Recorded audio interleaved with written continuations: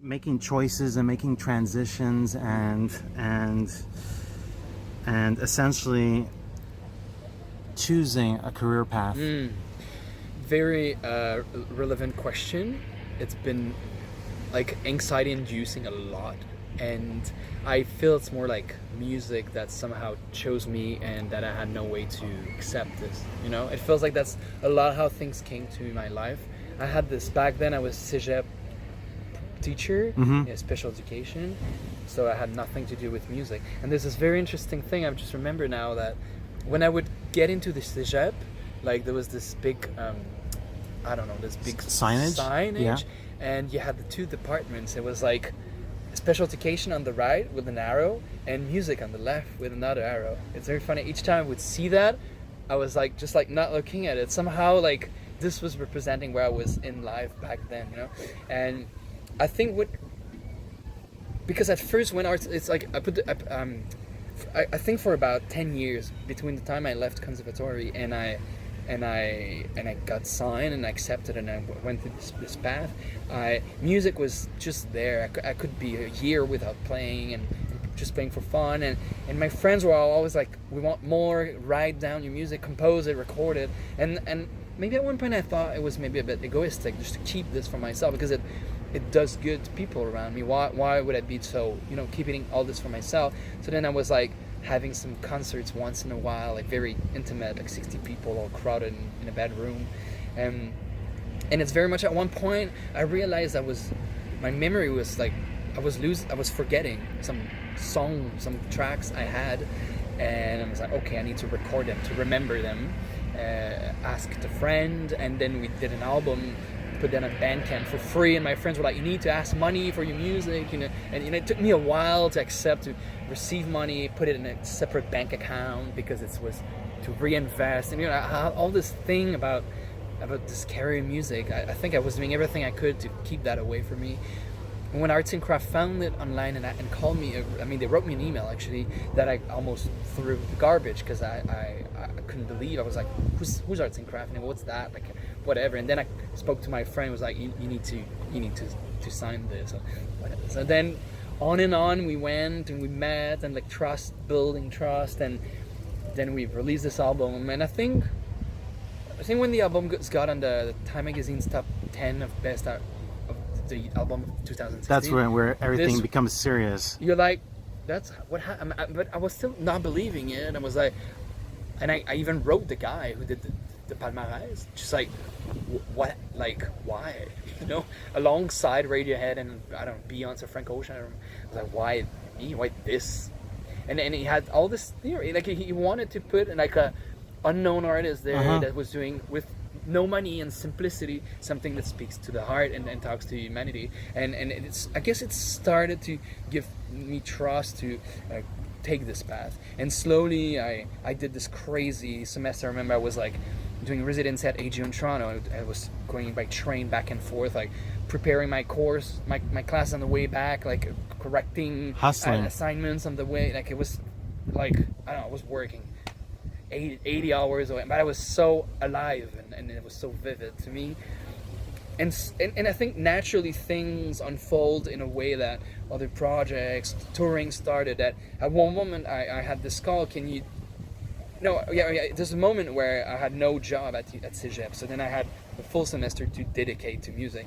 That's where I got like anxiety crisis. I was like, what am I supposed to do? I wake up in the morning, like I'm supposed to have since I'm 5 years old, I have a plan for everything. Now I have to just like, you could be nice if you come out with an album within the next year and a half.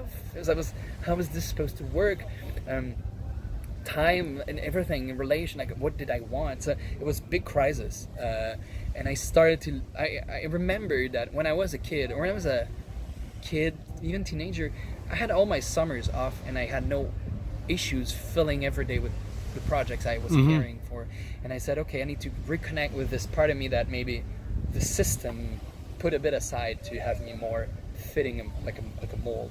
And it's interesting because I think the relation to that and the film Matthias and Maxime, where one of the characters, Matthias mainly, is, I mean, both try to escape something, their life, but Matthias has this very square perfect girlfriend, good job, promotion, all that, and it feels like his life is shaking because he's like, is this the life I want? Is it, and that's probably why this film spoke to me that much, you know. And this transition to music up to a point where I just couldn't accept to teach because I can't because I'm touring and whatever in the States and Europe, and then slowly it just took over, and at one point I realized that now it's a year I have a company, and it's a year I haven't thought and I'm doing this for a living, I guess. Wondering under the guise of a project like this, and it's a really interesting way how normally they come in after the project's done, right? It's a very safe space, and what Xavier and you concocted together is something that's not traditional. Yeah. And so I was wondering how you abided by certain perimeters in order to get into this expressive mode with your fingertips. Well, I guess I've been used to be comfortable in the discomfort. I think that's something that I've learned through this, like becoming an artist, sort of. And by not knowing what writing a soundtrack is, then I had like Xavier taught me, but he also he was doing it probably differently that he did with Gabriel before. So, because, well, long story short, he called me, we meet, listen to some music, get influenced by this, and then we meet in the studio. And there's no image yet. There's a scenario that still will change maybe, and there's maybe some photos of there's one scene they shot at one point, and some excerpts. Like, it was always this like moving process where I would come and in all the music he showed me, there's this Schubert motif that I've got really that I loved, and I felt it was really relevant to use and to somehow write improvisation or like improvise variations on it, and then we just seek around and we would have a setup that allowed us to capture the sound like in this very moment.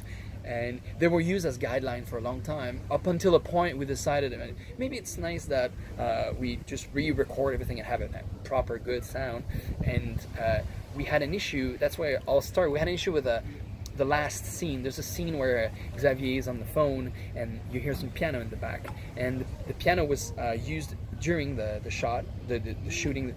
It was used so loud that his sound guy, his remixer, told me, I just can't get rid of the piano, you need to replay it exactly the same. And it's interesting artistically because I tried so much, and it's just like blocked chords, there's not much going on, right?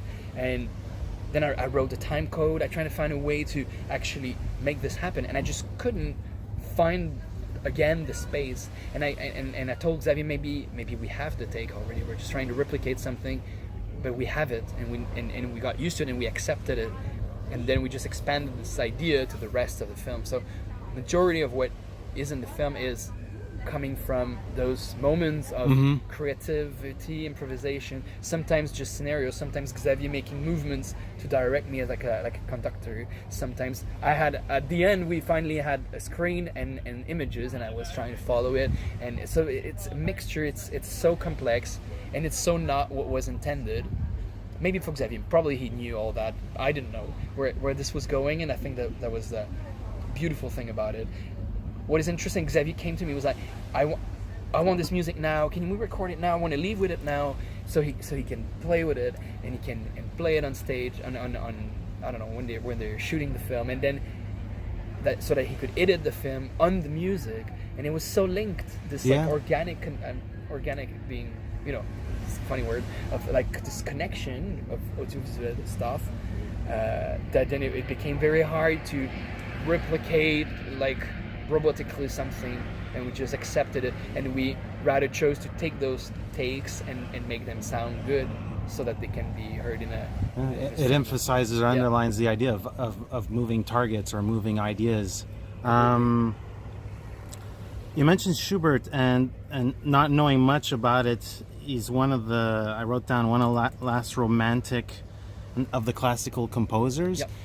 And Xavier, his characters, if I had to pigeonhole his characters, they're very much extroverts. Their emotions are put out there. And what I found interesting here is that the protagonist here is everything's internalized, and he's self-combusting, and it's sort of like if you take Schubert as an example, Yep. it's much more, it's much more out there, I guess. So I found that was an interesting, not parallel, but a contrast a little bit. I see what you mean, but I think also historically Schubert being, I mean, sometimes people say like the end of Beethoven is the start of Romanticism, and sometimes people say Schubert is the first real Romantic. I don't know, these are fights, and this probably a lot of people forgotten, or like whatever.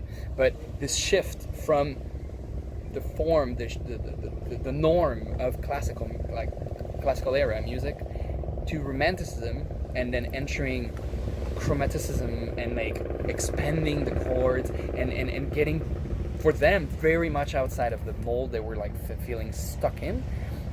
Well, on one hand, I feel that I feel it feels like I'm talking about some characters in the film here, like what's expected and how you want to transcend it,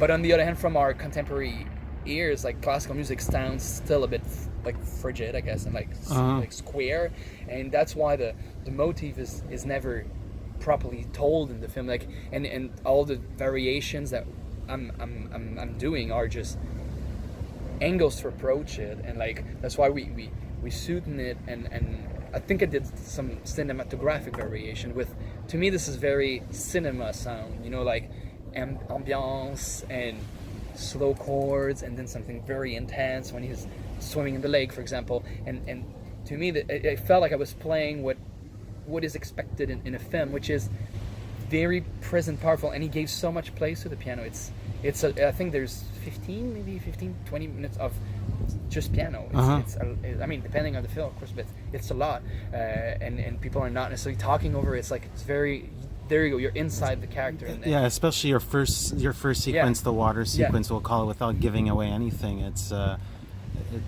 very overt. It's very present in the psychological profile of that character and his traits. I mean, you're pretty much the same age as Xavier. I imagine it might be intimidating to get a message from a big huge artist.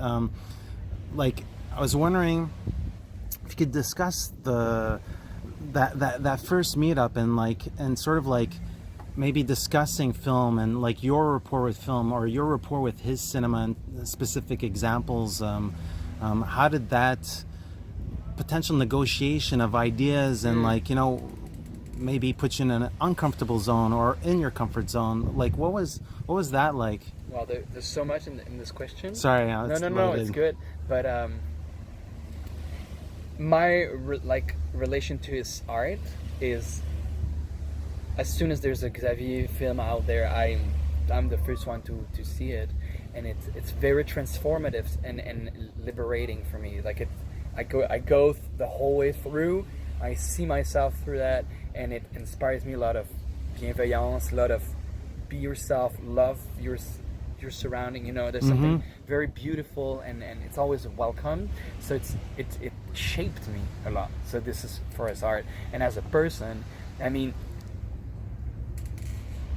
it needs a very kind and profound and beautiful person to write this kind of scenario and to be this kind of actor, So he's, of course, I was very intimidated at first, just being in his presence, and I didn't want to act this way, like, hey, I'm so fan of you, because that's probably. But in a way, you're both fanboys of each other. Well, that's the thing I still can't figure out. That he would come saying sometimes like, I thank you so much for your music. It gives soul to my film. I'm like, no. I thank you for everything.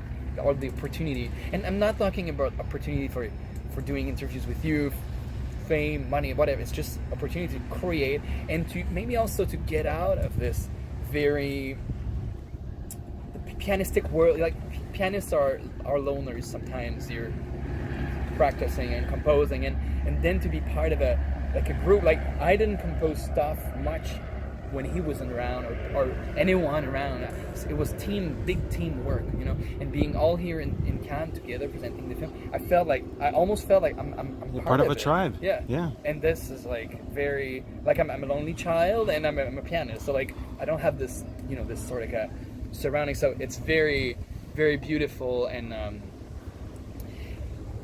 like humanly speaking, and also discovering how I can make a soundtrack, that I can, and that I could maybe another day, another way, and this is just, I take so much from that, like humanly speaking, and yeah, so being with him, it's always this, I think you need to put aside the Xavier Dolan thing. Yeah, thank you very much for your time. Thank you for your music, and looking forward to your output in maybe more film sphere. We don't know. I think I'd like that.